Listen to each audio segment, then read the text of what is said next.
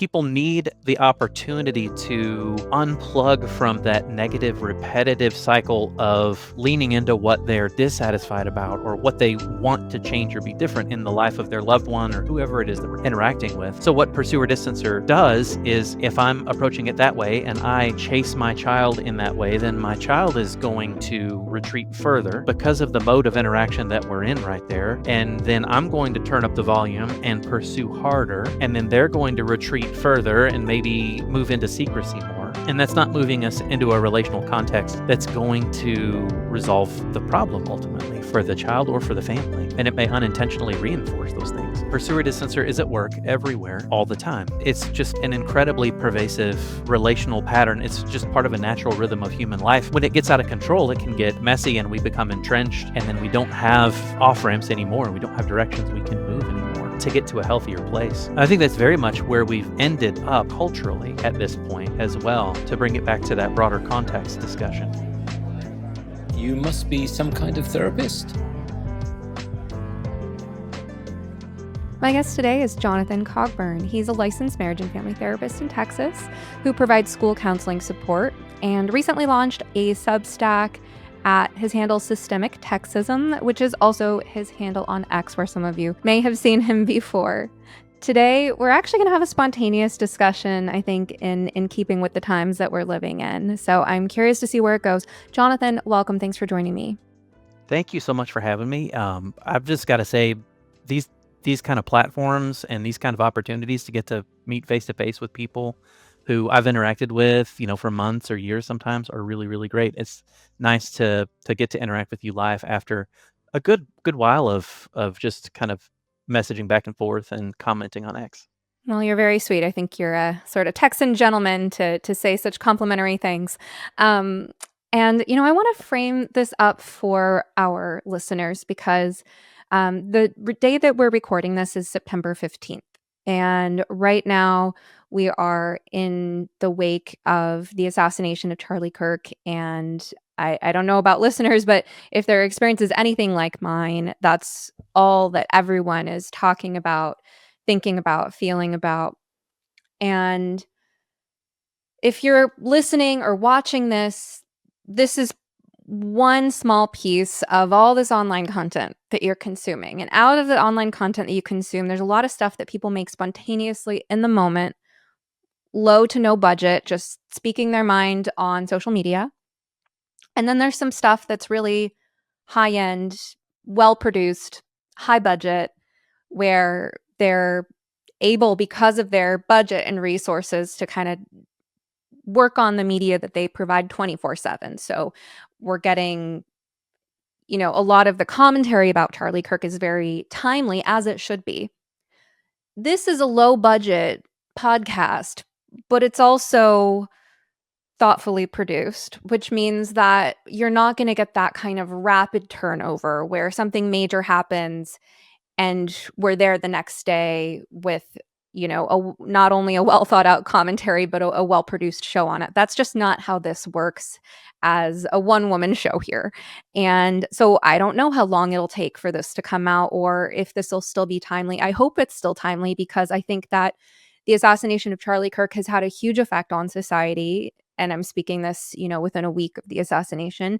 We're all feeling it. And I think many people feel like for his death to not be in vain, we all need to let this touch and move us to be inspired in ways that might shape how we act for years to come. So I hope that this still feels timely when it comes out. But I feel like I'm learning Charlie a lot better in the wake of his passing than I knew him while he was here.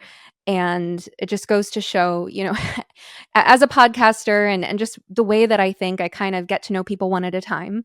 And I always have on my radar all these people who, I know their name or their face. I have a vague sense of what they do. And it's like someday maybe I'll get around to talking to that person. And when we sit together for 2 hours and get to know each other, that's when they'll become, someone I have actually on my mental map. And I think Charlie Kirk was one of these people who was on the distant part of my mental map. Like someday I'll get to know more about that person. And I never thought that that someday would be after he was murdered in cold blood. But here we are, and I'm very grateful for his work and his heart, his motives and mission. Um, and now I'm figuring out what to do with everything I already had on my calendar, right? Like this conversation that we were going to have today. When we planned this, um, you and I, Jonathan, this was a few weeks ago, and I think you had some ideas for where we might go, and we might still go there. This is also just our first time talking. I think we've been following each other on social media for a couple years now. We have Yeah, some for sure. mutual friends, Ryan and Soad and all these people. By the way, I'm wearing Soad's t-shirt. Yes, I noticed that. Make therapy sane again. It's Shout hidden out by the to mic, but shout out to Therapy Xena. That's what all the bros call Soed. they Therapy call her Xena. Therapy Xena. I That's love our that. nickname for Soed. So I hope she listens to this. I regularly drop gifs in her comment threads of Xena doing very powerful womanly things, engaging in Yeah. battle. She's a force to be reckoned with, and it gives me comfort to know that I'm, not alone, that there are, other women therapists like Soad out there who have our backs. But one of the reasons that I decided to kind of hit record right in the middle of a conversation we were having there, Jonathan, is that as much as we might talk about some of the things that you have expertise in, obviously school counseling, for example, um, you were just sharing that you are in a process of actively questioning what you share about yourself in the world, how you put your views out there. And I feel like so many people are feeling the same way right now. It's not only the things I see on social media, it's also I went to a Charlie Kirk vigil last night and milled about meeting people and got to hear that from people in person too. There was this woman, she's funny the way she described it. She kept saying that she's punked out. That I didn't really understand what that slang meant to her. Need some Therapist minimal encouragers and clarifying questions for that one. I had a therapist friend there, who was trying to understand what she meant, and she just meant she was calling herself a coward is what she was doing. She was saying, Oh, gotcha. I've been cowardly in expressing myself," and I could just tell that her gears were turning. She was actively in a process of figuring out when and how and what do I wanna speak. Um, so I think a lot of people are feeling that right now. I'm certainly also in a process of questioning when to unleash my fire, for instance, because there have been times in the past that I acted impulsively and regretted at least some of the consequences of showing up in a way that could easily be framed as unprofessional or overly emotional or overly personal. But at the same time, I think I can also go too far in the opposite direction where I'm so concerned with showing up with poise and grace and dignity and not overstepping or not saying anything too dramatically or not giving bad faith actors anything to work with in terms of misinterpreting my statements, which is, I mean, it's a lost cause. If someone wants to distort what you're saying, they will find a way, no matter how eloquent you are. um, Charlie is proof of that.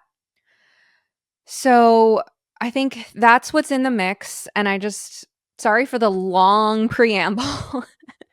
But what are you grappling with, Jonathan, in your process? Because you just launched a Substack. You've also felt inspired lately. What are some of those questions that you're grappling with in terms of self-expression? So I've got active with like the overlap of my professional identity and political beliefs really probably about 5 years ago, and that's actually when I met Soad. I was in a thread where somebody had posted a professional person had posted this statement that, hey, we should be writing letters for people to receive trans medical intervention after a single session, because to do anything less than that is gatekeeping. And I'm sure you've seen some of these posts from therapists out there on social media, right? Oh, more than that. A lot of Many. experience with that. Yeah. Go First of on, all, though. Yeah. you've worked a lot more closely in that Okay. area than I have for sure. Um, so I didn't even reply to the original poster. I hopped in because there was a second person there who was just saying something I thought was totally reasonable, which was, hey, I was taught in grad school that it is not ethical to issue a letter for any purpose after a single session, which is completely true in traditional therapy ethics, that are sans all of this critical theory and gender theory stuff being overwritten on top of it. Um, and so I just chimed in support of the person who said that, who was getting dogpiled in the comments and called all of the nasty names that we typically get called, right? And so I started to get dogpiled. But then I got a private message from somebody who said, "Hey, tell me a little bit about what you believe, like what your beliefs are." And I didn't have conservative attached to my like personal identity at that point in time. I was very apolitical at that time.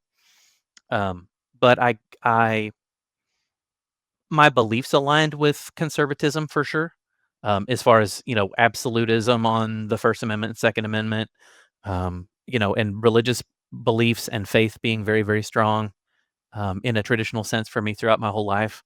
And so I told her like, hey, I'm pretty apolitical, but here's what I actually believe. And she said, I think we've got, I think there's a group of people that you'd like to meet if you're willing to join and if you're willing to say, hey, I agree to these things as far as like some statements of belief. It's like, yeah, that's fine.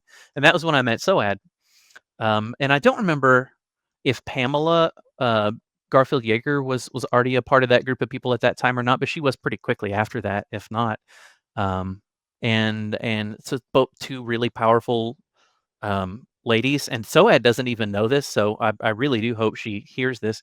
I decided to put conservative on my Twitter bio at some point because Soad really inspired me with her boldness to be totally unafraid in front of people, that there's nothing shameful about what I believe personally. Other people may want to mischaracterize it as that, but it is not, and I have to be able to operate from a firm, like solid foundation of personal identity, um, because that needs to be pushed against. And I recognize like part of the problem is people are not attaching their beliefs to themselves publicly enough, and I need to exist out there in public and be an anathema to that mischaracterization if I can, to just say things like, "Hi, I'm conservative and I'm a therapist," and then weather the storm that's going to hit me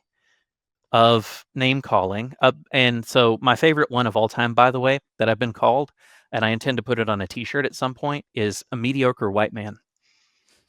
That's my that's my favorite mudslinging that has come my way. Can I Um, just say, yeah, interrupt with a total non sequitur here, but well, no, it's a sequitur, but it's a trivial point. But you saying mediocre white man, I immediately thought, for some people that would actually be a good thing to aspire towards relative to mm, what their current aspirations are. And then I thought about how in grad school, I mean, talk about classic training. I was taught in grad school that we should all aspire to be normal neurotics. So, this like is a that good being a aspiration. normal neurotic is better than the alternative. I would say Which so. is if the therapists in the audience are going to get that, hopefully. If you don't, I'm worried about you. The non-therapists, don't worry. You don't need to get that. But mediocre white man, normal neurotic, these are things that are actually decent aspirations, I think, relative to what some Yes. people are doing right now. And this is a very good point. I like this reframe that you're taking with that. I'm gonna ponder that for quite a while, I You think. you should put a shirt with mediocre white man on one side and normal Hmm. neurotic on the other. That's perfect. Well, maybe Soad could help us with that too, because she's got the shirt market, the base therapist shirt market cornered. It seems so far. She's the only one I know, but that's a pretty good corner on the market. I love that. I love that normal neurotic. By the Wow, way, that's I just will say I'm going to be totally tangential and interrupt a lot today. I apologize. It's just my mood. But last night at the Charlie Kirk vigil, there was this big black guy with a bright red MAGA hat, bright red MAGA shirt, and he was going around showing people pictures of himself in his other shirt, which said, "It's okay to be white." Which, like, he was just talking about how it basically scrambles people's brains. Like, people are so indoctrinated with the white guilt, No especially chip in for that. liberal cities, that they see a black man in a shirt that says it's okay to be white, and their brains just, like, explode. Yeah, I would definitely have to talk to that guy if I saw him out there somewhere. Like, that's amazing. Amazing. I think that's such a powerful thing. Here's another tangent, but it makes me think of it. Like, I think when I heard Sue Johnson one time make the statement that women and female therapists needed to not pathologize normal male sexual desire and pursuit. And I heard her say out loud, emotional bonding and sexual intimacy are how did she say that? Inextricable from each other. And I thought it was so powerful for a woman and a consummate researcher to be the one to say that out loud, like to kind of offer the welcome and the acceptance there. And that's the same kind of bridging of gaps of the guy that you're talking about that you saw out there Yeah. yesterday. Like, hey, I recognize there's a divide here, and I can Yeah. be the first one to invite somebody across. And just for the non-therapists listening, Sue Johnson is a very prominent couples therapist. She's the founder of Emotionally Focused Therapy.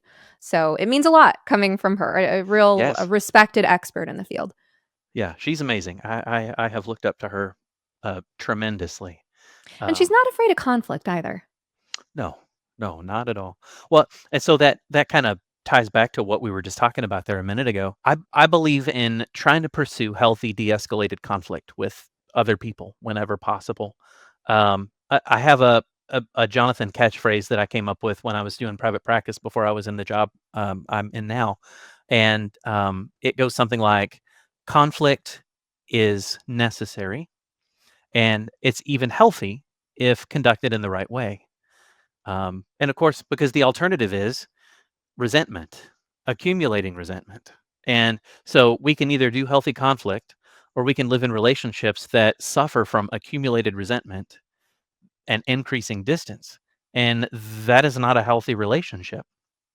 Um, and just for my own life, I came from a place where like my parents would start to argue and it would be a really tame argument compared to some that I've dealt with in professional life. And they would go behind a closed door and I would never know what happened. And so that was, I think, my dad's effort to keep me from experiencing intensity that he experienced growing up. But I also wasn't exposed hardly to conflict, so I was much like an avoider for a long time.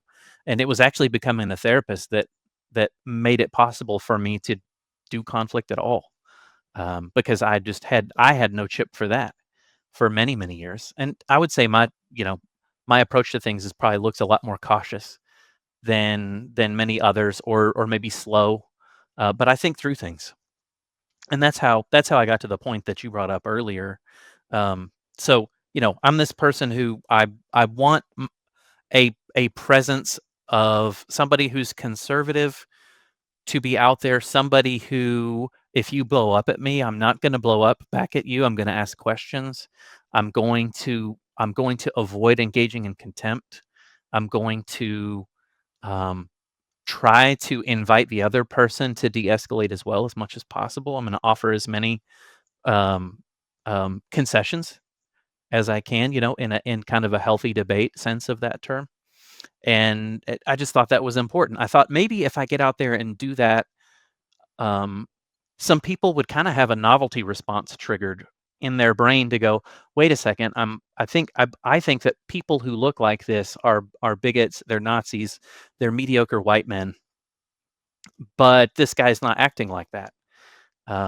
So that's kind of the personal intent that I've carried about just the way that I engage. And sometimes I'll hop into a thread on X that I know is controversial and I know I'm going to get dogpiled in.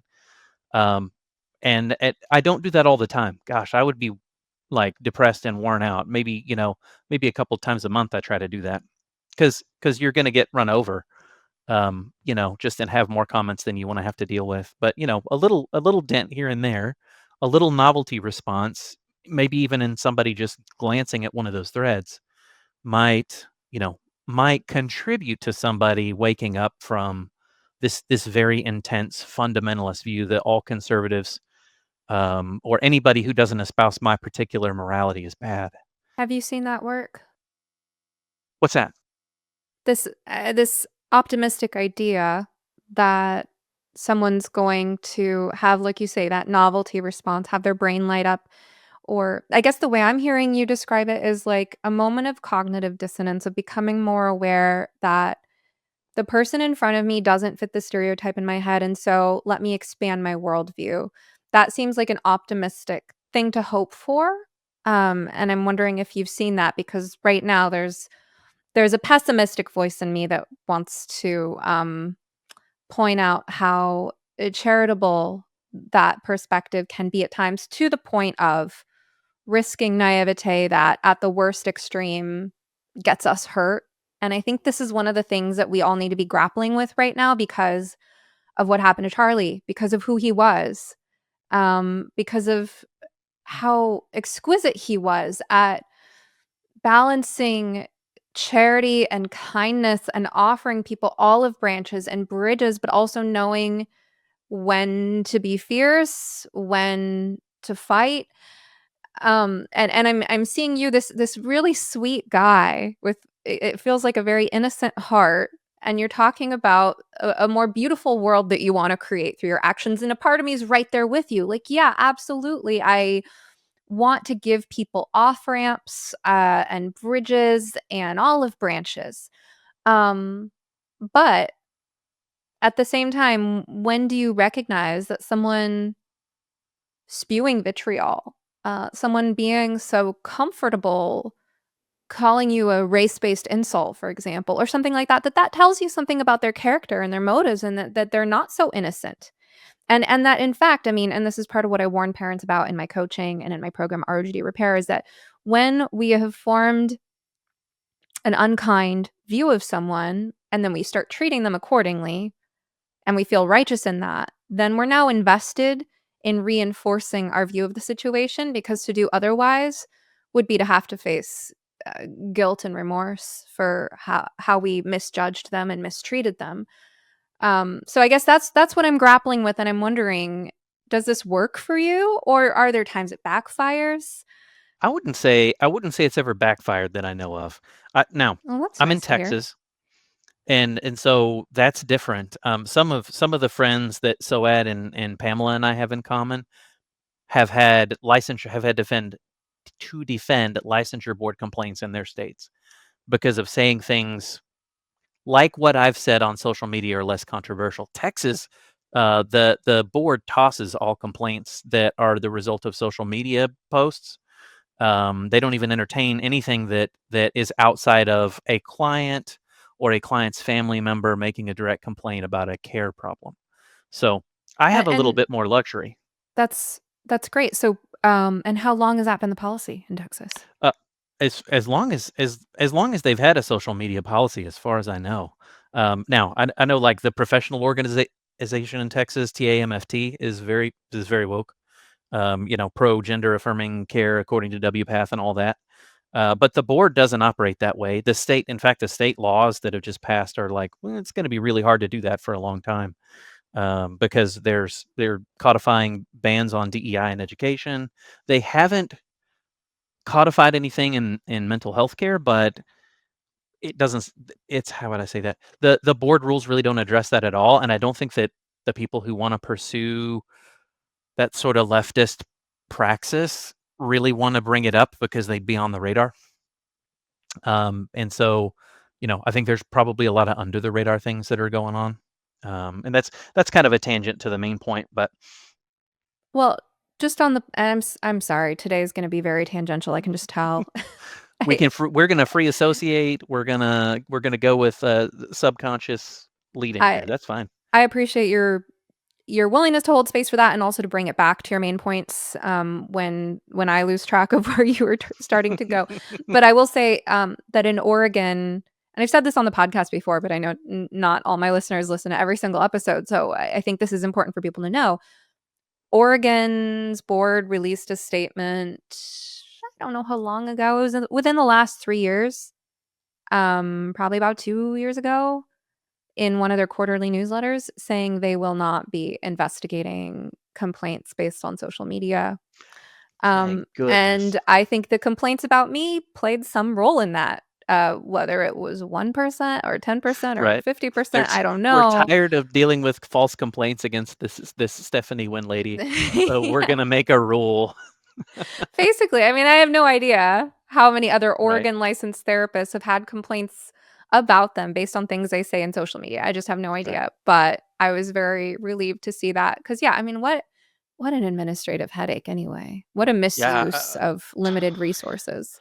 Totally. And mental health professionals who know that a lot of unwell people spend a lot of time on social media and have inappropriately strong reactions to stimuli. So Yeah. there that ought to be a norm policy, I think, across the nation, probably. That was a compliment, by the way, for those listening. I know you probably took it that way, but that you're causing enough um, trouble and healthy pushback to the trends that people would complain enough about you that they might actually make a Stephanie Wynn rule for. Like, I think they would make a rule that named after Soad, probably too, for such things, and probably Jake Wiskirchen in Nevada. He'll be glad I didn't put a W in it that time.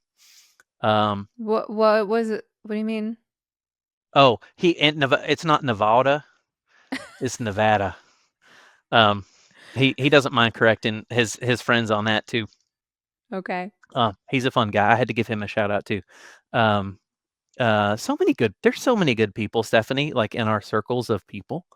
I'm just constantly blown away by how brilliant and how wise so many of these people are that we get to interact with out there. Um, okay, so I can bring us back. I think you had asked if it has it backfired. I don't think it's backfired. I would say I've directly seen it make a change in the person a handful of times that I was interacting with directly. A handful of times, maybe a dozen. Um, and it's one thing that makes it very hard is I think it's a text-based environment, and so, as we know as therapists, like tone of voice and posture and facial expression are really important, and that doesn't really make it through there, so I'm missing a lot of communication process that could help tilt the scale a little bit more if that Context could be there. too. I mean, Yes, therapy is so personal. The thing you're gonna say something to someone in one moment that would be totally inappropriate in a different moment with a different person. So much of it is relational, contextual, and social media it's a completely different context. it is, absolutely, absolutely, and it's for a particular purpose, that context. So, um, I suspect, that beyond that dozen or so, I've seen it change the demeanor of the person I've interacted with, and I assume those were probably real people, because I tend to think maybe bots don't behave that. This the other thing is you don't know if you're talking to a bot or not half the time. Holy cow! I wish there was a way we could know that.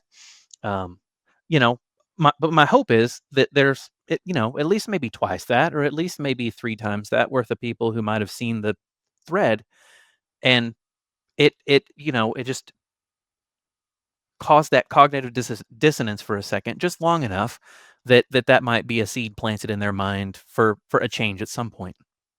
I know for just personal transformation, sometimes it takes a lot of those little moments, and so that's part of how I measure my sense of what I'm doing or my whatever satisfaction I might derive from doing that is my expectation is that not that I'm going to change anybody's mind in that individual moment of interaction, but that I plant a seed for, 2 months from now, that person is interacting with somebody else who maybe treats them in a similar way as I did, and it breaks their ability to continue seeing things so in such a binary, and um, I'm okay if I don't change somebody's mind, right off the bat in that.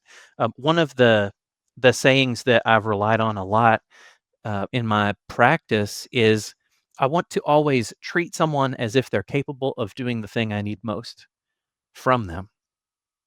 And it's that gap bridging idea that I was talking about, that after you brought up the example of the man you saw at the vigil, that guy's walking around with that shirt on, and he's treating people as if they're capable of relating to him and connecting with him in spite of how different he may look, or how stereotype breaking someone like him being in that kind of place would be to somebody who encountered him. And that it is doing the change in the system that would be present on my side of the street before the other person does. That's how I hope it functions. That's kind of like the general systems theory conception of it that I have in my head. If Steve DeShazer he's the founder of Solution Focused Brief Therapy. If he asked me, how would you hope things would look if they were better, if they were healthier culture wide? Well, it would be that everything would be de-escalated. Okay, so then what's my responsibility at that point? Well, I'm going to conduct myself in a de-escalated way whenever possible. And I'm going to try to invite other people to join me in that, because that is my responsibility as I understand responsibility in the context of general systems. And so um, it's I don't it how would I say that? I do think it is a little bordering on naive, but it's not a naivete of not understanding, but just a naivete maybe of hope that what I believe in works ultimately, and that what I believe in has the end that I desperately hope it does at some point further down the road. And so I keep doing it because it's what I believe will work in I the think long run. you've made a really important point that I want to underscore, and you worded it slightly differently than how I express a similar concept throughout my course and in my coaching work with parents. So you talked about treating people as if they're capable of doing the thing you need most from them. I like that way of putting it. So the way I describe this in my course for parents of gender distressed youth is alter casting. That's not a term I came up with. I think I might have learned that from Chris Voss. A lot of my techniques are adapted from Chris Voss techniques. Okay. Um, but it speaks to the same principle. And for the therapist in the audience, what we're talking about here is projective identification. So that's basically a fancy, clinical way of saying that humans are deeply interpersonal beings, and how we see each other affects how we treat each other, which affects what parts of us come out. You know, humans are multifaceted and malleable, and no one is just one single thing, right? So it's this interpersonal aspect of, are you bringing out the best in someone or the worst in them? What kind of response are you provoking? And so for parents, this is especially important because you are the most influential people in your child's life, and they are a work in progress. We're all a work in progress, but especially adolescents and young adults. Their character is under development, under construction in a way. So, sometimes the early stages of the work I do with parents is basically troubleshooting what's gone wrong so far and what they need to stop doing as soon as possible. That's kind of like it's damage control, because parents come to me having made some pretty big mistakes at times. And one of the ways that I help them deconstruct some of the things they're doing that are backfiring is, okay, based on what you said or how you treated your kid in that interaction, what kind of person are you framing them as? You might not be conscious, but think about it. If you said that, or if you did that, that conveys unconsciously that you see them as a person who fill in the blank. So, and then they're going to reject that self-concept that you put upon them if they don't like it. So if you're treating them as someone who is stupid, that's not going to work. Right? Nobody likes to be treated as stupid. And similarly, I mean, here's the thing. A lot of these kids that I advise parents about, they have a sense of moral and intellectual superiority that is defending a fragile ego. So if you want to work with that ego and not spark a defensive reaction, you're going to have to allow them some of their sense of moral and intellectual superiority, you're going to sometimes have to say you're right about whatever they're right about, looking for areas of agreement, even if you can't endorse everything that they said. You're going to have to let them feel like the expert sometimes, and let let them see that you see the parts of them that are good, because they're defending their sense of goodness, and unfortunately they've linked their sense of goodness with the movement that tells them what's good and bad, right and wrong, and that movement is incorrect. So, um, in the course, I describe this through the lens of altar casting. The lesson is called something about working with the ego. And sometimes in the early stages of coaching parents, I will actually have them make a list of qualities that their kid sees in themselves, that the kid aspires to, and qualities that you would support. And we're not going to get into the weeds of whether you think your kid is fully manifesting that right now. Of course, they're not, right? Okay, your kid thinks that they're so righteous and just, and to you, their ideas are laughably stupid. Okay, well, you know what? That's called being 16. But we're going to take the good part, which is that they care about justice. It's not bad to care about justice, right? We're not going to get in the fine print right now. We're going to acknowledge, I see how passionate you are about justice. That's Yeah. that's at least a decent starting point. Yeah. Yeah. About wanting to be a good person. Because I think that may be an even deeper level of personal identity, um, than the terminology, or the buzz verbology that we end up assigning to things that are maybe more universal sometimes. Yeah, definitely. Um, I was thinking about so one thing that I try to sneak into every podcast with Ryan Rogers that I'm on is an observation about pursuer distancer pattern. You know this, right? Right? Did you study this in school?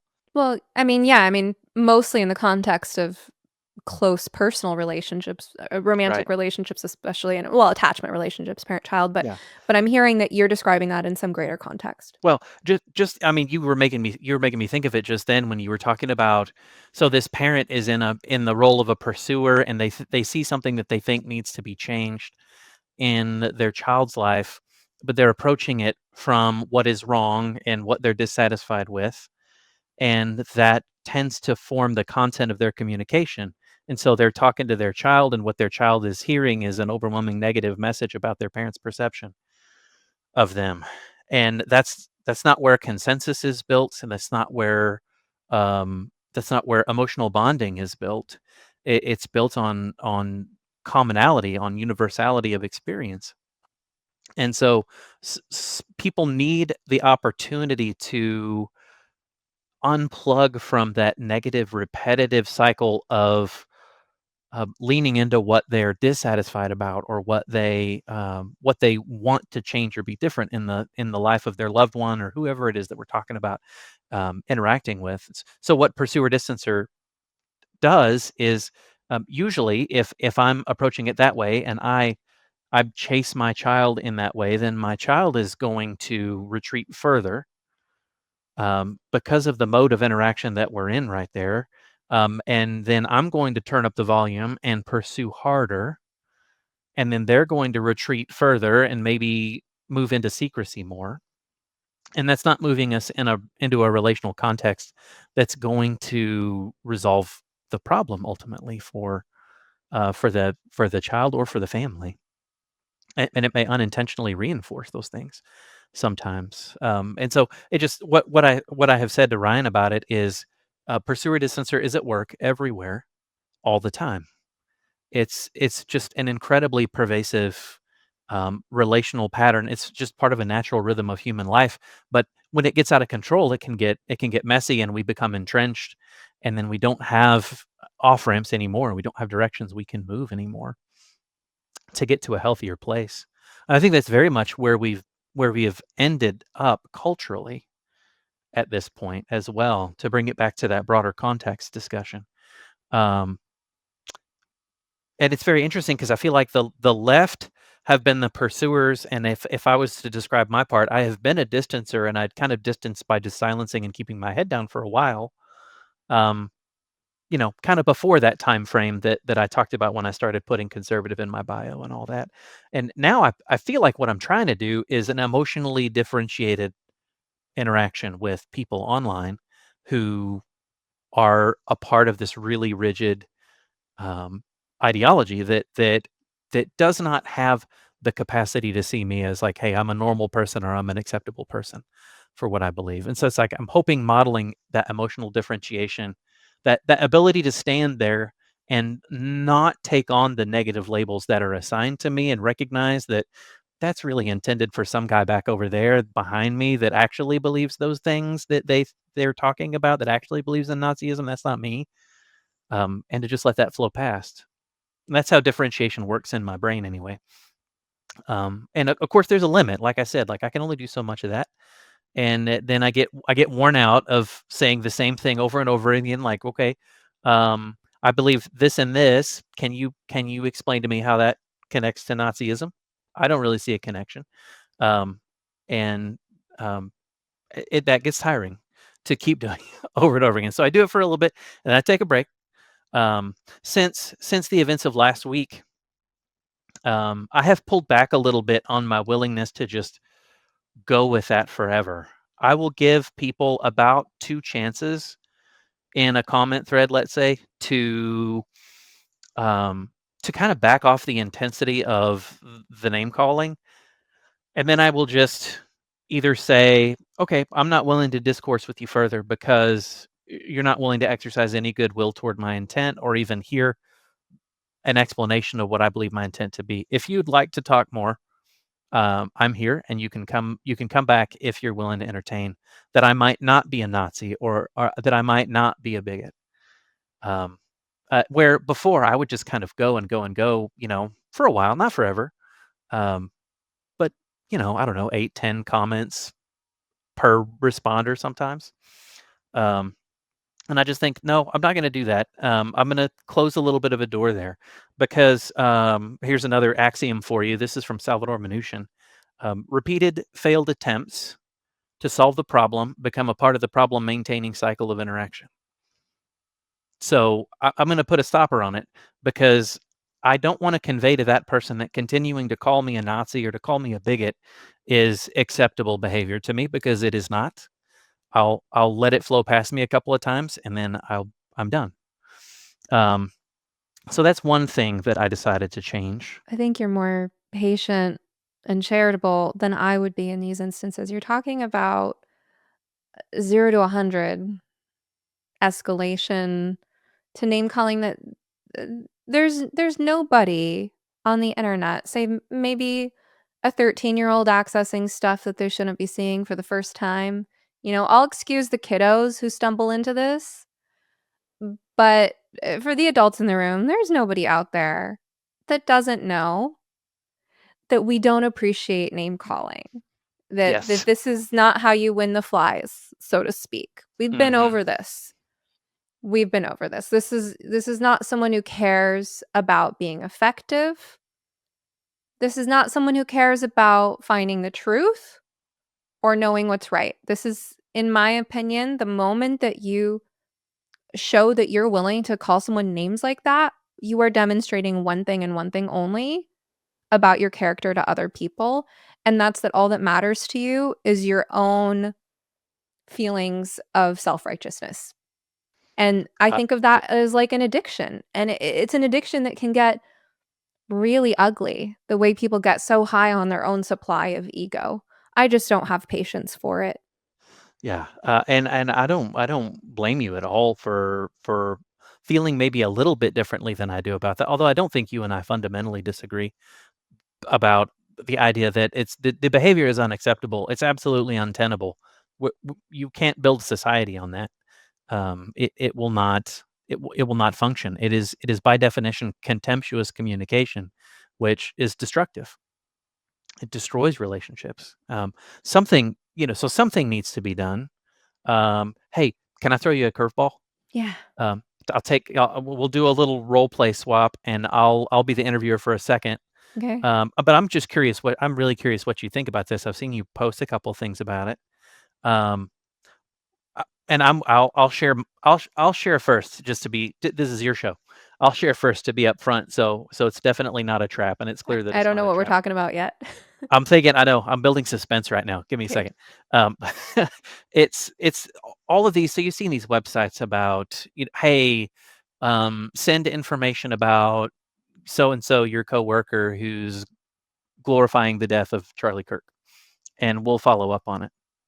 I've been seeing those, and I have somewhat mixed feelings about those, to be honest. Like, part of me goes, that feels a little bit too much like a version of leftist cancel culture that is now kind of a systemic reversal of force that's being applied now in the other direction, in the opposite direction of what it was.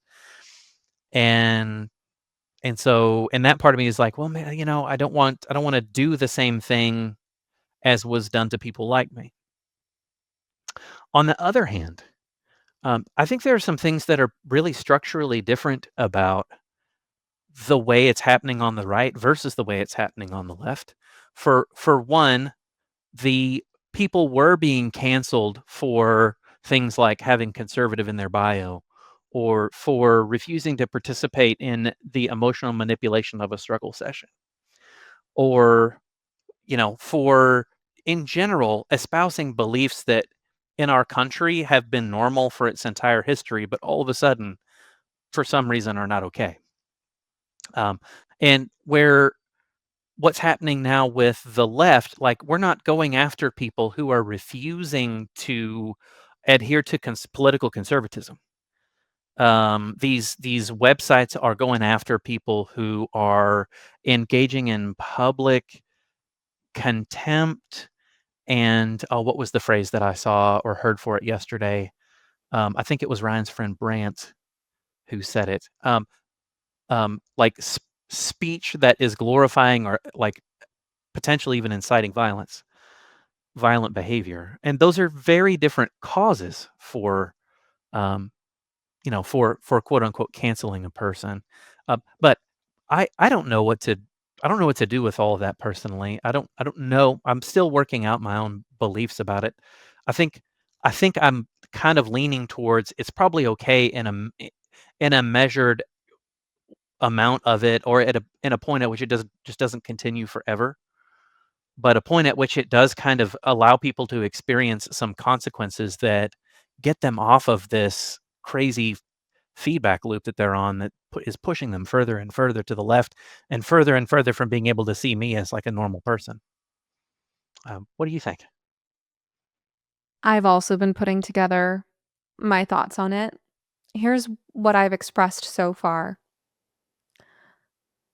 As you've pointed out, there's a distinction between the things that people have been canceled for, especially, for instance, in my world, people being canceled for saying that women deserve our own spaces. Um, the day that we're recording this, I released an episode with Jenny Lindsay on her book Hounded that's about how women who have been branded TERFs have been attacked and lost their jobs and livelihoods and been doxxed and been threatened and things like this for believing in biological reality. Other manifestations of cancel culture, we're talking about jokes, we're talking about people holding beliefs that others project onto and then think it's their right to define what words mean, thinking that they get to define that speech equals violence, which all seems like Yeah. leading towards saying that violence is not violence. Apart from the intent of the sender of the joke or the sender of the message, we discount the intent of the sender and we ignore whatever the sender of that message says about it, because the only thing that matters is the content of their speech and how it impacted me. And what I decide that means, right? As the person who's claiming victimhood status here. So, and I actually have a whole arc that was kind of brewing as you were asking me this question that comes back to your pursuer distancer ideas. There are so many people publicly, gleefully condoning murder. I'm going to say that again. Publicly, gleefully condoning murder. And the public and the gleeful part of that just shows how far things have gone with the I hate to use this term, but it's a term I hear people use that I think describes what we're talking about here, the elites, so to speak, right? Those who have elected themselves on the right side of history, who are glib, who lack humility, who don't doubt or question themselves, who again are high on their own supply of righteousness and feelings of superiority and never question if they could be wrong. And again, there's that pattern of doubling and tripling down in the face of evidence to the contrary because they don't want to face the shame and remorse that would come from realizing that they've mistreated people. Things have obviously gotten to such a point in the culture where people who feel that it's unquestionable that they're on the right side, so they feel perfectly valid and that they don't question their safety like we have had to question our safety. Like I have had to question my safety for believing in reality, believing in protecting women and children, believing in protecting vulnerable mentally ill patients. They don't question their safety or security or livelihoods, and that's how far they're willing to go with it now. And I think it's time for a massive reset. And so what I said on X is, this is not woke right cancel culture. This is resetting to factory defaults what is considered socially acceptable to express. And if something is not considered socially acceptable, then there are going to be social consequences. Do I believe in freedom of speech? Yes, but that doesn't mean that you are going to be protected from consequence because people don't feel safe around you. And I just hear from so many people all the time. I heard it at the Charlie Kirk vigil last night, and I hear this from people all the time, that so many of us are having this experience where those on the left who are so glib in their beliefs, they project onto us in a variety of settings that if they like us at first glance, if they clock us as good people, that we must share their views. It's happened to me in a cab ride. Right? It's happened to me in a cab ride. Like I'm nice and pleasant and the cab driver likes me, and then he starts ranting against Republicans because he projects that I share his views. And there are so many people, I talked to some at the vigil last night who've had that same experience. Right? There is a silent majority, and I'm not even affiliating myself with the political right here. I'm saying anyone right of far left. That's what I'm talking about. Yeah. At, Right. at this point, I'm probably like center right. I've been inching rightward, but it's really anyone right of the far left that we're talking about here. And we know that studies have found there is far more diversity of thought on the right than the left at this point. So I'm talking about the silent Yes. majority of reasonable people who don't appreciate that there's this narrow group of people, narrow-minded group of people that are so glib, that are so unquestioning of themselves and their sense of righteousness and superiority, that they're so sure that they know better, that they should never have to question themselves. And I think it's that same mentality that people with that mentality, they could hear about anything historical, any human rights violation, and they just assume that they would have been on the right side of history then too. And for me, so much shifted when I actually looked within my own heart and mind at, the error of my own ways, my own capacity to be mistaken, my own. And this is where the concept of sin becomes so valuable, right? Because it's Yeah. looking within your heart, like, am I prideful? Am I slothful? Do I lust? These things that are part of human nature. And does that obscure my vision? Does that cause me to act incorrectly? And there are people who just never look within their hearts and minds and question if that could be them. And so for me, everything changed when I began to question, well, how do I know that I would have been on the right side of history? Because I think that reflects a shallow understanding of human nature, a shallow understanding of your own nature, of the fallibility of your own mind, of the temptations of your own heart, and pride. I mean, and this is what I see in the people who drive me crazy, including the one I was talking to you about behind the scenes, who shall not be named on this podcast, but I am Right. strongly considering outing Yet. this person. It's that sort of sin of pride, if you will, of I just know that I'm so correct and I just don't even have to do my research. I don't have to question where I get my beliefs or how I know these things. I don't have to question how I know that I'm better than those other people. I just know that I'm one of the good people and that I can just sneer down my nose at the people who are bad, wrong, and stupid. And I think that their attitude is so distasteful. And so to bring it back to the question of, is this woke right cancel culture, or is this justice being served that people are losing their jobs over, again, publicly, gleefully condoning murder? No, it's saying okay, you know what? Enough is enough. And here's where I'm going to tie it into your pursuer distancer observations, right? I'm so You excited. you described the left as being the pursuer and the right, and I'm just going to affiliate myself with the right here because I'm not far left. That's all. Like I'm with everyone else You're that's welcome not on the right for sure. okay. I mean, so, everyone else who's, thinking reasonably, again, there's a huge diversity of opinions there, but that we've been the distancers, right? We've been saying, okay, we're just going to keep our distance from you. We're going to keep our mouth shut. We're going to avoid talking about certain subjects. We're going to, and they've been pursuing in a way that mimics what you were talking earlier about the parent-child relationship in adolescence, which also ties into my work and my course, right? Because, this is how we bring it all together. Because just like a parent might unproductively, ineffectively pursue an adolescent, trying to get close to them while projecting onto them a vision of themselves that the adolescent doesn't like by treating them as someone who is bad, wrong, stupid, anything like that. And the adolescent's like, no, thanks. You think I'm that stupid little kid. Well, no, I'm my own person. So I'm going to distance myself from you, right? There's something similar that's been happening with the left and right on this issue where they're like, we're gonna call you names and we're gonna tell you how bad you are and we're gonna, take over and a lot of us have just been like, no thanks. We're just gonna avoid talking to you because we I'm don't good over here. trust you to not call us these insane names and escalate to 100 and, gleefully condone murder. We don't trust you to be mature on this, so we're just going to not say anything and just going to keep trying to like go along and maintain civil society because people need to work and they need to feed their families. And we all need to, get along when we meet at the kids' dance recital. That dynamic has been going on for a while now.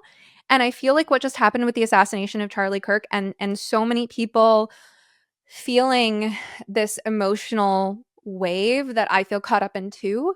I think what's happening is we're like, okay, you want to hash this out?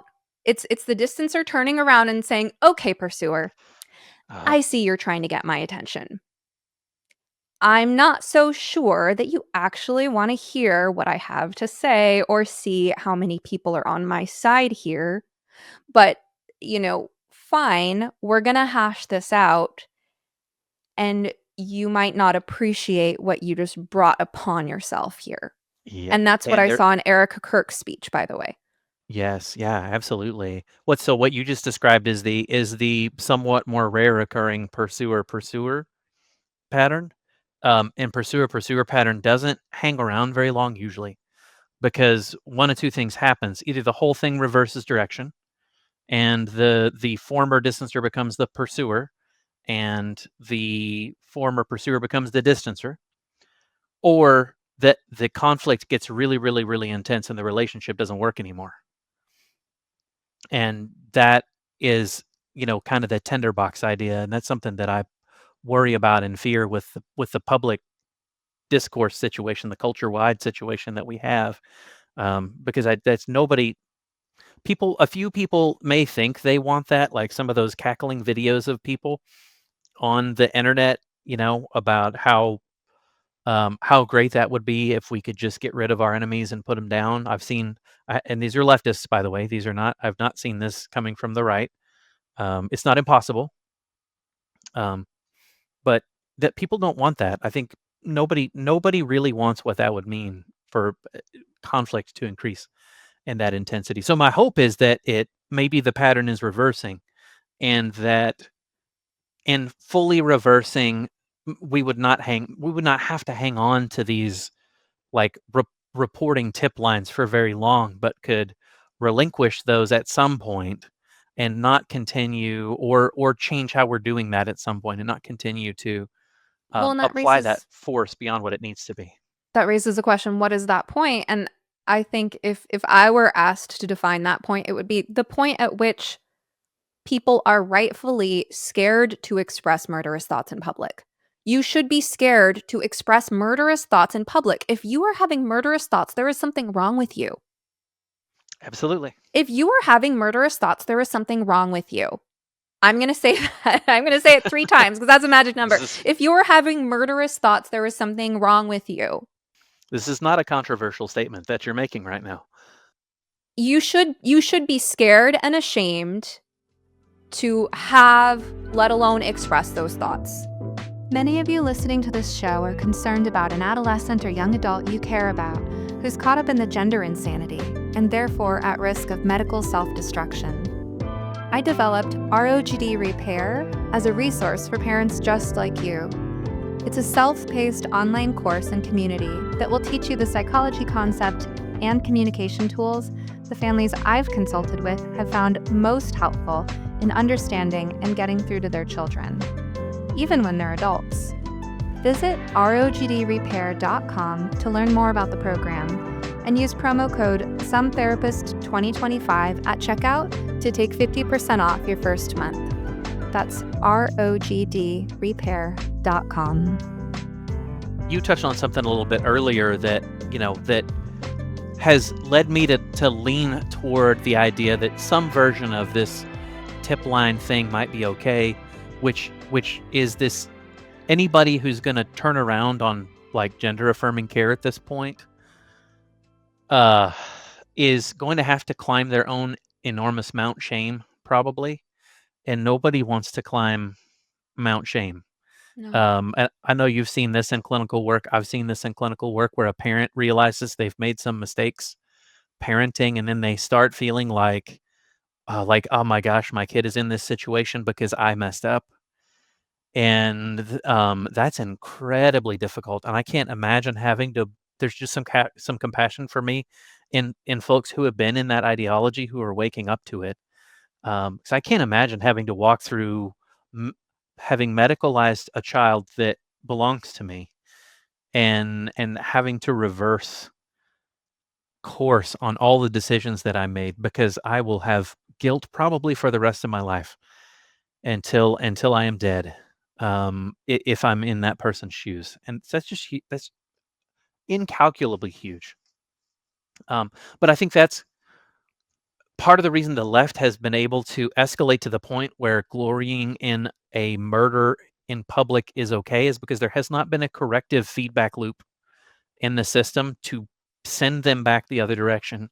So one thing I'd say for certain in this is that some sort of imposed or natural consequence is going to be necessary to function as a corrective feedback loop to get that kind of runaway behavior back in check, that kind of runaway belief system back in check, to wake people up to go, no, it's not okay. I'm not a healthy person. It's not normal for me to call for murder publicly or celebrate it. And Something's got to be there. what is that moral framework? Because on the right in America, it tends to be Christianity, or at least things that descend from Christianity. Um, and on the left, I'm not saying like, I obviously, guys, this is black and white. This is overly distilled. Like, obviously, there are people on the right who aren't Christian, and there are people on the left who are. Please don't, please don't accuse me of holding ridiculously simplified beliefs. But sometimes we have to simplify things for the sake of discussion, right? Like, what is the value system that is the common denominator on the left? I mean, this intersectional stuff, the social justice narratives, it's so much about tearing down. It's so much about calling out, and there's I think a belief embedded in there that's not necessarily expressly articulated, that those of us who hold these beliefs can count on ourselves to build a better world. If that if we tear down everything that we deem wrong about the world that we oppose, that of course, again, it's that hubris, right? Of course we know better. Of course we would build a better world. Okay, but what's the moral framework? How would you do that? And how are you so sure? What is your understanding of human nature that allows you to account for some of the humbling challenges that might come up in that process? And I think the framework they have is really bare bones. It's, consent-based morality. Okay, but consent is not the end all be all of morality. It's like one factor. It's a lowest common denominator, but like it can't be the only thing. No, it can't. Absolutely. Um, something that I have thought to myself, I don't know if surely somebody has said this out loud, but when I am engaging with some of those people who are on the left in those comment threads out there, I find myself, and some of these are therapists too, by the way, I find myself thinking, I'm not arguing with this person right now. I'm arguing with what ABC News told this person their perception of me should be. So there's this element of externalized moral decision making where I'm not I'm downloading my moral decision making from the cloud, and I'm not even interacting with this individual person right now. And I think that's one of the reasons this dialogue is so hard. Um, because it is like an ego defense thing of, okay, I'm going to bring the part of me that has all that stuff that I heard on the news around in front of me and between me and this person who's talking to me, it's you don't get through to somebody at all who is looking at you that way, and you can present counter evidence, and they um what you said doesn't exist practically. Um, so that it is an enormous challenge. I don't know what the answer is for our whole culture. Um, let's go with a couple of ideas. So for my I said this is coming to my mind because I said it on the panel with Ryan and friends yesterday. Um, for my grad school program is a master's in marriage and family therapy. We the program was housed in a theology college and a ministry college, and our capstone course was called Integration of Psychology and Theology. So we had to write a capstone paper, and I actually went to school to be a minister first, and what I tell people all the time is God used ministry to trick me into becoming a therapist because therapy was too serious. I didn't think I could do it. Never thought that would be something I could handle. But then I got in a therapy room and it was like, okay, this is my fishbowl. I'm a fish. Um, and fast forward now to today, here I am. But um, for this paper, one of the things that I wrote about was this kind of picture of, okay, back in Genesis, God is hovering over the void, and the meaning of that in Hebrew is like chaos, like unbridled total chaos, and God speaks and instantly there's order. But I kind of in the paper put myself in the mind in not in the mind of God, but maybe a little bit as much in the perspective of God in that moment as a human can think about.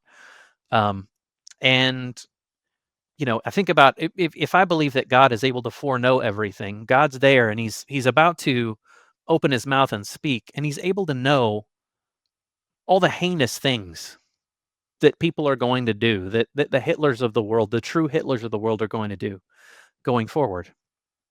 Um, and he has the ability to either create or not create in that moment. He still did.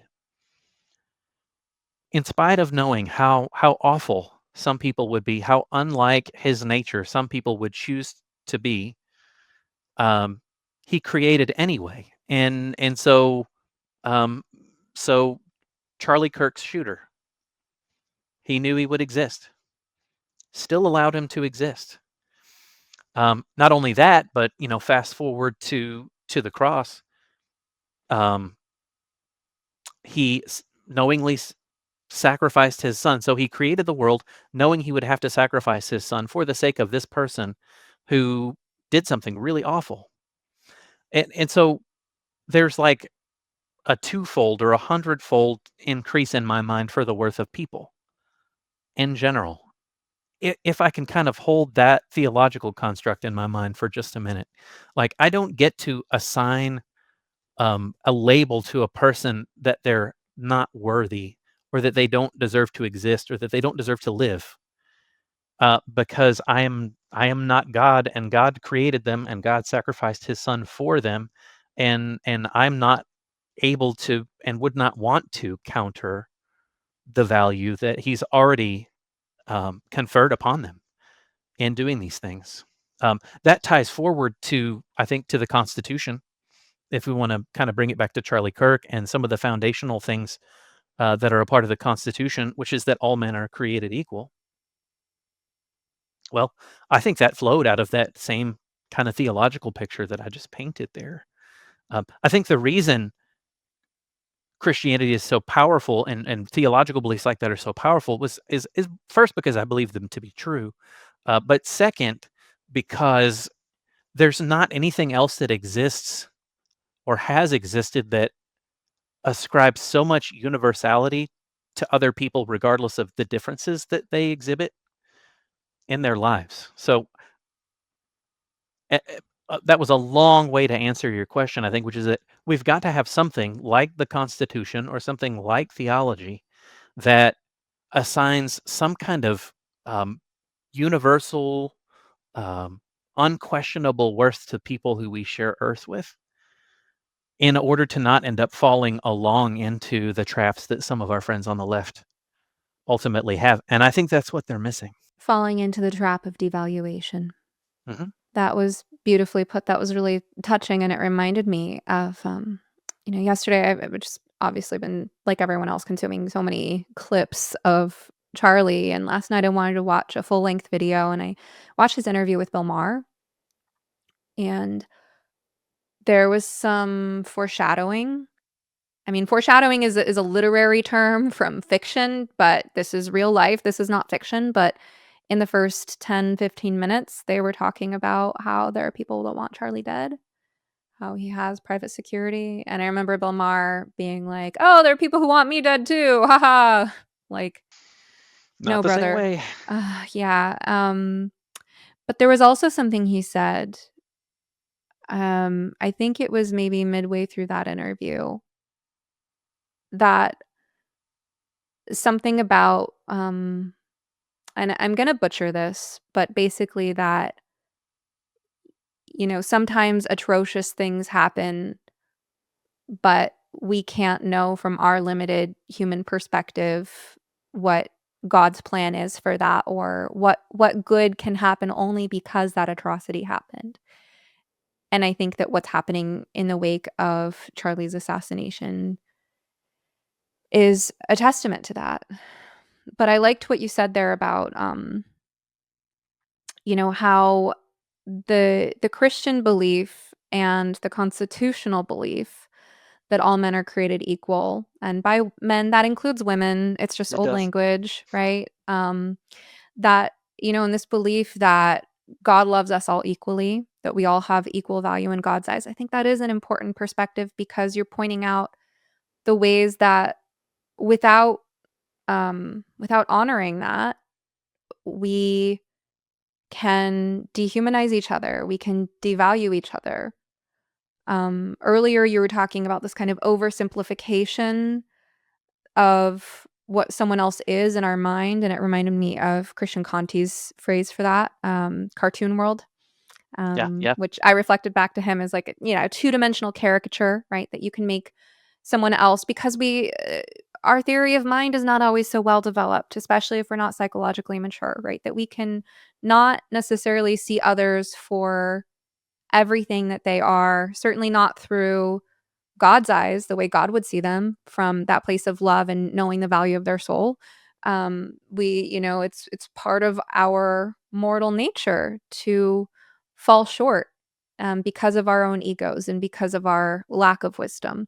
So I Yes. appreciate, the need to kind of remind ourselves of that and ground it into our value system. hmm Okay, so I have to do one thing, which is I have to do the Christian Conti drinking game for Jake Wiskerchin. So I'm Oh, going to take a drink. okay. What is this game? You just take a drink every time Christian Conti's name is Anytime mentioned? somebody says Christian Conti, you take a drink. Yeah. Okay, Christian Yeah. Conti. Here we go. Cheers. Cheers, Christian Conti. I love that. I love that. That theoretical construct of his. So I didn't know about him until I met Jake. But thankfully that book was on Audible, and I got to take in the whole thing on a road trip. And that cartoon world idea is an amazingly utilitarian way to just step into a conversation about theory of mind and reframing perception and also kind of automatically, how would I say that? Automatically connecting me to a sense that I don't have a perfect understanding of the world around me and that I'm susceptible to cartoon world at any moment in time. I'm not immune to it at all. Um, Something else I wanted to add to the theological point where therapy and theology kind of overlap is, I think God is the most emotionally differentiated being in existence. So people talk about, they might be tempted to bring, and rightfully be tempted to bring up the problem of evil, at this point in our discussion right here. But the way that I deal with that problem of evil is, in order to allow us to grow into the beings that God has created us to be, we have got to endure some natural and maybe even unnatural stresses sometimes. And in doing so, learn to rely on and connect with Him in life and trust that regardless of what happens to me. Ooh, let me give you a better quote. This is a quote from my professor who taught Revelation class. Despite all appearances to the contrary, God is in control and He's working out His plan to restore all of creation to full relationship with Himself. He said that's the central message of the book of Revelation. I just love that quote. It stays with me. But if I believe that is God, that God is the being that is doing that, then I believe that my physical safety doesn't matter as much as my connection to God, the quality of my faith, the the act of salvation that I've chosen to participate in, because my physical safety can be redeemed by somebody who can raise the dead, and so I don't. Um, I think God certainly knows He's able to do those things, and we do experience pain, we do experience suffering, some of it unnaturally large sometimes, but because God is differentiated, He is allowing us to walk through those experiences, I think hoping that we would all be transformed and move toward His likeness, the likeness of His Son. Um, I didn't expect to talk so much about faith and theology today, but here we go. You're waking up some circuits for me that I don't use every day. I want to understand what you mean about differentiation in this context.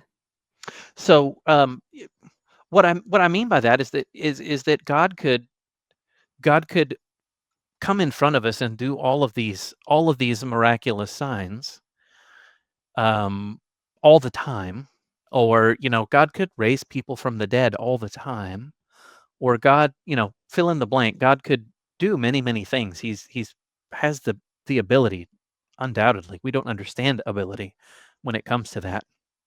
Um, what I mean is He is allowing us room to have some freedom of choice and to come to our own beliefs and to work out our own beliefs about life and about the world around us and about how I should treat other people, um, because He wants the best growth, the best development, the best opportunity for me to become more like Him because I have chosen to do so, rather than Him over pursuing me in a way that I'm not striving, I'm not developing faith, I'm not learning to struggle through difficulty in a way that leads to trusting Him more. I think that's where theology and faith really, really line up, or theology and therapy really, really line up for I me. think I'm understanding your point more if I can draw a parallel. I can't remember who said this. I feel like it was a podcast guest I've interviewed in the last month, so please forgive me for not remembering. But someone I think I had on this show was saying, isn't it what every parent wants for your children when they're grown to come to you of their own free will? Don't you just hope to raise them in such a way that when they're grown up, they're they're healthy, they're thriving, they're independent, and they want to spend time with you? And amen to that. There's, so much of what I teach in my course is really about autonomy and understanding youth's behavior in light of their quest for autonomy, in light of their struggle for emotional differentiation, and in light of the fact that even if you can control them today through force or financial coercion or through, let's say being a parent of a minor in a conservative state, the clock is ticking. They're going to be an adult one day. And it's never too early to start treating your children with respect for their autonomy. And I heard a great quote, and I discussed this also with a podcast guest that I can't remember, guys. I'm so sorry. It's been a lot lately, but or was it a guest? I don't remember, but it was someone who clarified that the oh no, maybe it was a client. Someone who clarified that the person that I saw in this clip was actually an actor. I don't know my actors. I really don't know them, but it was a father talking about how he doesn't have conflict with his children. And he was talking about how he handled his 10-year-old's poor behavior and really framed everything in light of choice. Like, wow, that's an interesting choice you're making. And let me tell you where that will lead. Or you could choose this other path. So, here's an example of someone talking to a 10-year-old, not even because a lot of what I'm dealing with is 15 and up. But, even at that age, children are making choices. And yes, you can rule through authority, but that can create resentment. And in my course, I explain how resentment leads to entitlement, and entitlement leads to some really egregious things. Um, so looking at kind of the parenting analogy, and I've also heard it said that being a parent will make you believe in God because here's someone you love so much, created in your own image, and they just keep using their free will in ways you would not advise, and there's so little that you can really do about it. You really want to Um, run into that brick wall again? but I think I'm understanding your point about differentiation better yet, because it's the process that every parent-child relationship is in. And isn't that the goal, right? That they come to you of their own free will, that you did a good enough job during the time that you had the power to assert your authority, that you handled that authority so well that they still want to come to you. And just to put a theological bow on that, if you go look at Philippians 2, what it says is that Jesus, who did not consider equality with God something to be grasped, made himself nothing, taking on the very nature of a servant. It's a relinquishment of power and control. And as a parent, back to your example there, you've got to relinquish power and control in the sense that you can force an outcome for your child. You have to help your child build some scaffolding and some structure themselves. They have got to construct some of that. They've got to do their own internal modeling themselves if they're going to have an outcome that is, in any way congruent to what I hope for them to see. And that requires a lot of faith and a lot of trust, both in them and, and for people who are Christians who are believers, probably some faith in God and some prayers at night that their kid will do that scaffolding and internal modeling in a way that that will make their life fruitful and not one that's full of suffering or full of difficulty. And so I think all these things connect. I think therapists maybe rediscovered things that have always been true, when we first started crafting our therapy models and whatnot. Um, and we probably put a little bit too much weight into them, you know, as a standalone thought process sometimes, because great wise people have definitely spoken on this, a long time before Freud came along. Um, so I don't know where we go from here, to be honest. Where we go from here in the podcast? Yeah. Well, I feel like this is a good place to wrap up. But I Okay. don't know if That's you meant that in some greater existential sense. that's fair. Um, um, all behavior is communication, and all communication is imperfect. Hmm. There you go. There's a pair of axioms for that. I guess it was all right. Can I mention a couple of things about the Substack just before we Yeah, wrap? sure. I'm not Mhm. going to jump into full discussion there. That what I just said came from some general systems theory learnings that I picked up. So the second article I dropped in my Substack is about axioms of systems theory that have served me really well in therapy and in life in general, not just work. And so that is a pair of axioms from that. Um, all behavior is communication. All communication is imperfect. So the idea being that if I'm just sitting here staring at the screen, looking at you, that communicates something to you, but um, it doesn't let you know what the underlying meaning of that is. I've got to verbally add something to that for you to be able to pick up on and perceive what the meaning of my silence is. Um, I want to help preserve good teaching about general systems theory because of how powerful it is, I think, and because of how it's changed my own life. And so that's part of my mission on the Substack. Um, I'm about to release an article this week talking about how I believe we should approach the problem of getting activism out of schools and also lessening the encroachment of too much mental health intervention into school settings, because I think too much mental health intervention or too much mental diagnosis focus is bad. It doesn't have a good end, even though it seems like we think it would destigmatize a whole lot of things, but it actually just ends up hijacking people's negative memory bias, and we end up with systems that are sick because and you see this on TikTok. I'm not saying anything that you don't know about this. But I think there's some smart ways to do that, and I would love if people would go and take a look at just that article. If you only looked at one thing, take a look at that article and at the case that I'm trying to make for a way to still provide meaningful mental health support in schools, not just toss it and get rid of it, but also build some healthy structure around it to where it is a healthy subsystem of the school, and it isn't a gateway for activism, and it isn't overwrought in all these heavy mental health topics. So I appreciate you letting me talk about that for just a minute.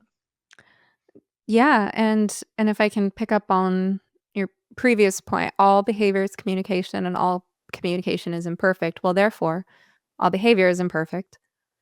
And I agree. Um, although, I mean, there is some pretty impeccable communication out there. We all like recognize greatness when we see it.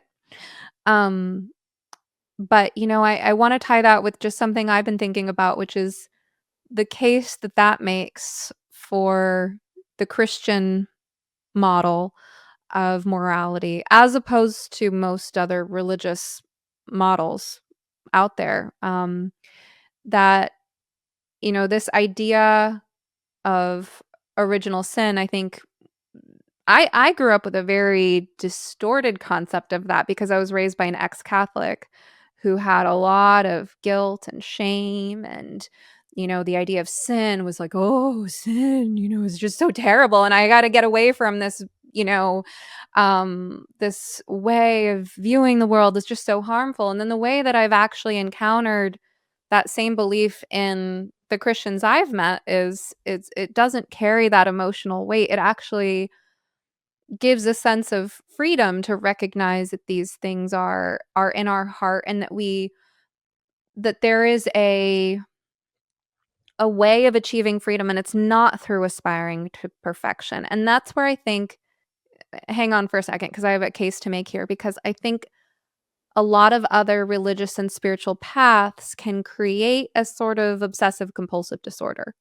I think I experienced it myself when I was a young person dabbling in Hinduism, and I saw friends dabbling in Buddhism. And, any path that doesn't have this idea of the Savior who died for your sins, well, if there's not a way that you can just kind of relinquish control and say, "You know what? I am flawed, and that's okay." If there's no path there, then you're going to feel like you have to aspire to perfection in your every single action. And I have been reading Ayan Hirsi Ali's book, Infidel. I think the day that we're recording this is the day that they took it off of Audible for free. It was free on Audible, so I was like, I'm gonna hear her story while I can, but I might just end up purchasing the book. Um, but I was listening to her story, and it's an incredible story. I highly recommend to anyone. And there was a part of it where she was describing being trained in how to be a good Muslim girl. And she was, Mm. I mean, first of all, she was a victim of female genital mutilation. She had a horribly abusive childhood. But during part of the sort of schooling in Islam, she was being taught how to walk, how to sleep, literally what position to sleep in. And I've seen that sort of obsessive compulsive fixation on doing everything correctly in especially young people who are drawn towards some sort of spiritual or religious path. And I do think that there's something developmental, and I don't have a good framework for this. And I welcome anyone to come on the podcast who has a good framework for understanding this. But I think there's something that happens with the development of the brain and personality in early adulthood where a lot of young people, especially females, but males too, can go through like a highly religious phase. And I think, what we're seeing with the trans stuff is the absence of a meaningful religion, and so this pseudo-religious cult comes in, and it denies that it is a religion or a cult, but it has many of the same traits, and, as with so many quasi-religious things out there and phases that people go through, what might start with love bombing or start with feeling very accepting, inclusive, hopeful. As someone progresses further down that path, there's more and more demanded of them. The treatment is more and more abusive, and the expectations are more and more exacting. So I've seen some of where that can lead, that pattern of feeling like I'm on a path towards trying to better myself or achieve some kind of transcendence or oneness with God or perfection or whatever it is on some kind of path, and then it just becomes so self-destructive, because there's no end to which a person can become obsessively fixated on trying to align their every action with what they either think is good or perfect, what they think God would want for them. And you can't do that without going crazy because you're in a world where you have free will. Um, you're not in heaven. There is both good and evil in this world. There's a lot of chaos in this world and unexpected circumstances. You need some kind of system to live by, so you will go crazy down that path, whether it's people like me who dabbled in Hinduism when they were 20 years old, and got into the obsessive rituals that make no sense, but because some scripture says that you should wear this color on this day, whether it's that or whether it's the Muslim girl being told that in order to please Allah, not only does she have to pray 5 times a day, but she also has to sleep on a certain side, or whether it's the cult of genderism that initially reels people in with the promise of some sort of self-transcendence and then demands that they cut off one body part, and then the dysphoria moves around and now they need to cut off another body part, and nothing is ever good enough to please the gender gods. So I think I just made a case for Christianity, and That's a I'm good. actually just exploring these things really, but it's like, you know what? You will never be perfect. You just won't. This isn't a world where perfection exists, but there is a different way to think about it, and so this idea that Christ died for our sins is very it's attractive and relieving in that context, I have to say. And I'm just saying this Yeah. as someone who's exploring these ideas, really. Yeah, yeah. I agree with you. I agree with you, and it's I'd say it's once somebody decides to kind of take on that belief for themselves, all the problems aren't solved at that point either. There's doubt. I doubt. I'm not gonna. It's not all the time, but I go through. I should say I go through cycles of doubt all the time about like is this belief system that I grew up in and that I've decided to hitch myself to on my own the right way to live or the best way to live. But I always come back to almost exactly what you just said, that I can't self-flagellate into myself into redemption. Mm, That that doesn't work. And yeah. in systems where my actions as God unto myself have to produce my own salvation, those really don't work either. Um, there's something bigger and greater at work, and there really is. Here's another thing I come back to. There's so much redundancy and stability in nature and order, that I'm on that camp that it can't be that cannot be accidental. It's too wildly self-sustaining and self-stabilizing. I just can't imagine any other way to see it. I think the thing that I like about Christianity in this context is it's very practical, it's flexible. It's, do your best, and here's a moral framework for what to be, what's the word I'm looking for? Not scrupulous, how to be circumspect towards yourself, towards your own flawed nature, towards, you could think of it as the way the devil will try to trick you or the way your mind plays tricks on yourself. But here are some things to watch out for, right? These things are within your heart because they're within the heart of every human being. This is just an observation about human nature. Um, but also, you'll never be perfect, so just do your best. But also, it allows for flexibility. It allows you to move through the world without so much rigidity. And I think there are a lot of people who want goodness. They want truth. They want order, and they want to be able to live meaningfully and flexibly. And I can't speak to the people who don't want those things. I think there's something very dark at play here. And when you look at where those things lead people, especially the more we're discovering about these like satanic murder cults and things like this, like 764. I mean, I need to do a podcast with an expert on these things. There's this woman on X, you probably follow her, is it BX, Uh-huh. Bix, Yeah. you know her? Yeah. I think I added her and was like, you should go on Stephanie Wynn's podcast. Oh, you did? Oh, thank I you. Because shouted you out I and I messaged shouted her, Ryan and out.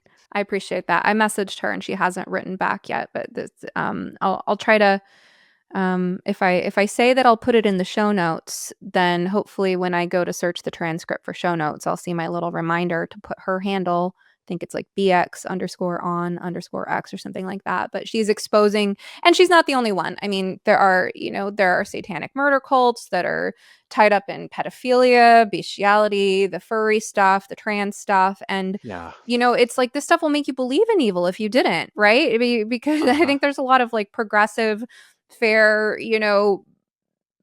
modern people who want to believe in a morality and human goodness that's not dependent on religion. And I'm friends with a lot of those people, and I get it, and I share a lot of views in common with them.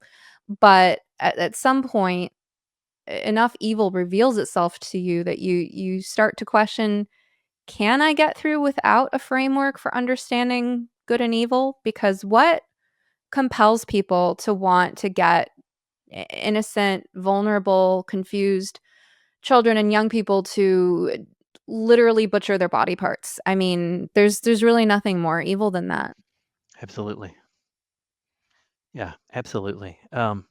Yeah, so I think I'll kind of be watching for you interacting with BX out there, and I'll keep adding her and or just kind of chiming in there, because I think the work that she's doing is really really important to break down this idea that yeah, all of humanity is basically good, and everybody just kind of thinks like I do, and and people just generally treat people kind of nice unless they don't believe like me in some cases, right? But I think like your audience, I think Ryan's audience could really stand to hear more and be informed about that because how many of my teenage clients played Roblox or Minecraft or were in these online communities that some of these really nefarious people seem to be exploiting to gain access to kids like our demographic of people, therapists who are concerned about these things have a nice wide net to cast that she might not ever reach, that BX might not ever be able to reach. The people in our offices, the people who trust us to help them keep safety for their kids. Or for me in the education agency, helping school counselors have information about um, like the attack vectors that some of these nefarious people are using out there. So I think the more word we can spread, about ways to enhance safety and ways that really truly enhance mental health for kids, whether it be at home or in school. I think we should spread those far and wide as we can. Well, Jonathan, thank you so much. I think I needed this conversation today. I think you and I both worked out some things that we were thinking, in the conversation together. All right. So, where can people find you? You can find me on X at systemic texism, And you can find me on Substack at the same handle, at Systemic Texism. All right, Jonathan, thank you. It's been a pleasure. Thanks, Stephanie. Thank you for listening to You Must Be Some Kind of Therapist. If you enjoyed this episode, kindly take a moment to rate, review, share, or comment on it using your platform of choice. And of course, please remember, podcasts are not therapy, and I'm not your therapist. Special thanks to Joey Pecoraro for this awesome theme song, Half Awake, and to Pods by Nick for production. For help navigating the impact of the gender craze on your family, be sure to check out my program for parents, ROGD Repair. Any resource you heard mentioned on this show, plus how to get in touch with me, can all be found in the notes and links below. Rain or shine, I hope you will step outside to breathe the air today. In the words of Max Ehrmann, with all its sham, drudgery, and broken dreams, it is still a beautiful world.